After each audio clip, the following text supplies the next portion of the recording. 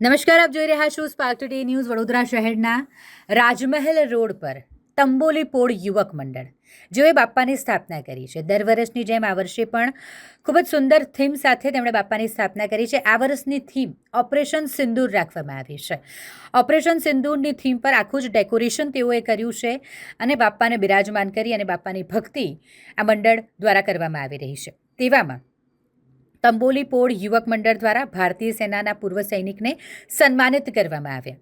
ખાસ આરતી માટે તેઓને આમંત્રણ પાઠવવામાં આવ્યું હતું. ભારતીય સેનાના પૂર્વ સૈનિક કે જે આરતી માટે પહોંચ્યા અને તેમણે બાપાની આરતી કરીને ત્યારબાદ મંડળના સભ્યો દ્વારા પૂર્વ સૈનિકોને સન્માનિત કરવામાં આવ્યા.